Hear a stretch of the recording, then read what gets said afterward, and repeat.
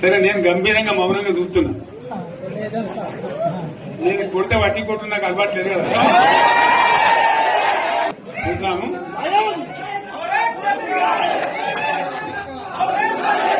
నా రోజులు కానీ అన్నట్టుగా నేను చూస్తా ఉన్నా. కానీ మనోళ్ళందరూ కూడా ప్రతిపాదిస్తుంది ఏంటంటే, ఒక సంవత్సరం జరిగిపోయింది, సంగమేశ్వర ఆన్నే పన్నది, బసవేశ్వర ఆన్నే పన్నది, పాలమూరు ఉత్పత్తుల పథకం ఆన్నే పన్నది, కాళేశ్వరం అట్లా ఎండ పెడుతున్నారు, ఇవన్నీ అన్యాయాలున్నాయి. కాబట్టి ఫిబ్రవరి నెలాఖరులో ఒక పెద్ద బహిరంగ సభ పెట్టాలి, ఇక్కడ కథ చూడాలి అని జరుగుతూ ఉంది. కాబట్టి మీరు కూడా పెద్ద ఎత్తున దయచేసి ఆ సభకు కదిలి రావాలి, కదా దూరమే ఉండదు. ఆ రకంగా తెలంగాణ శక్తి ఏందో మరొకసారి చూపించి వీళ్ళ మెడలు వంచి ఇప్పుడు సాధించాలి. భవిష్యత్ కోసం కూడా కొట్టాడకు మనం సిద్ధంగా ఉండాలని తెలియజేసుకుంటూ, పరమేశ్వర్ గారికి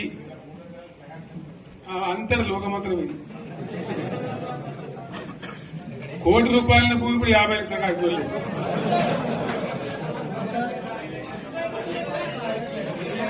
ఈ ఒక్కని బాధ ఒక ఆయన వచ్చింది, మన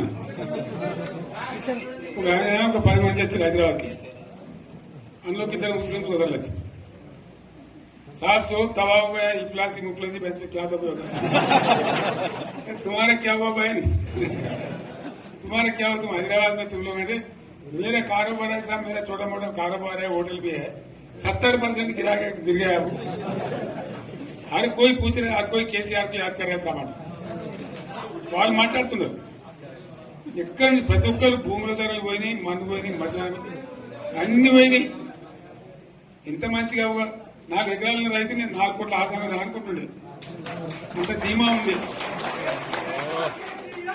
ఎంత బాగుండే.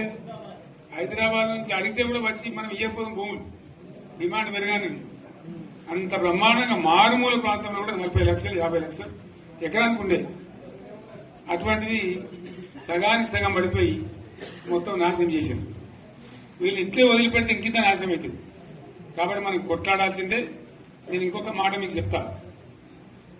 ఎలక్షన్లలో నేను మస్తుగా చూస్తే 50 ఏళ్లలో పార్టీలు గెలితే ఓడితే ఇంత మాయలు ఏడాది లోపలనే కాంగ్రెస్ పార్టీ దొరికితే కొడతామని అంత గొప్ప.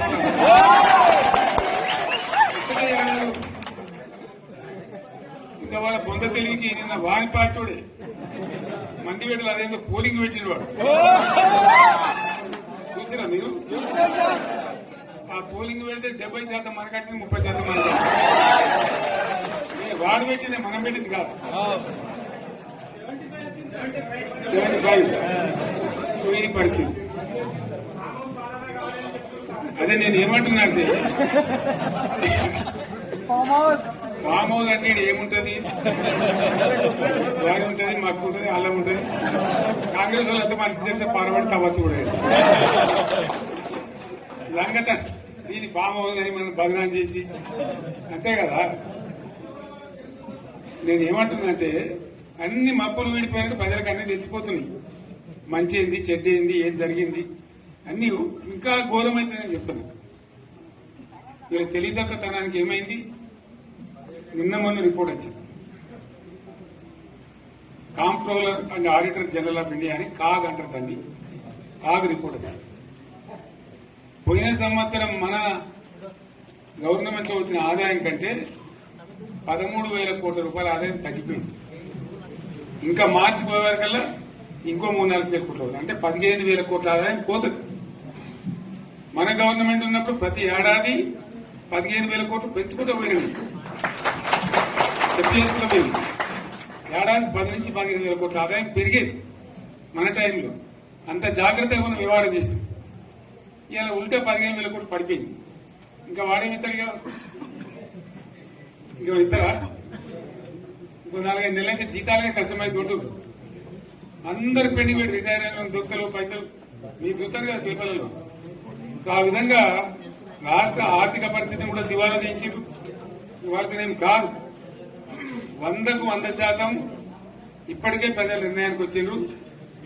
డెఫినెట్ గా రాబోయే గవర్నమెంట్ మనదే అని అనుమానం కూడా అవసరం లేదు.